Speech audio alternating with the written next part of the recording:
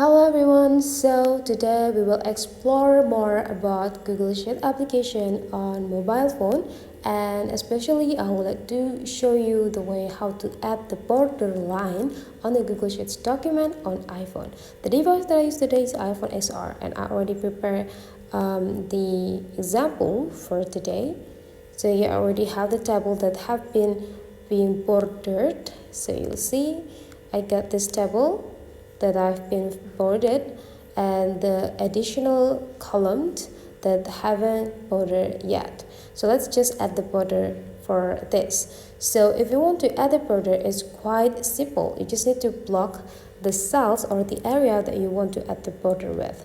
So here I will let to add the border from the number to the 22 cells here, and the next thing you need to do is just go click this alphabet. This is the place that you can use for formatting the text or even the cells. So if you want to add a border into the cells, you can jump from text to cell section. And now in the second line there will be a border, so you just need to go click them. Now there will be a lot of borders options, and you can also choose the border style that you want. You can even change the border color. So since the color of this border that I have here is black, so I would like to make the same format. So you just need to go click this so that every single line on this column and rows will be border. And that is the result.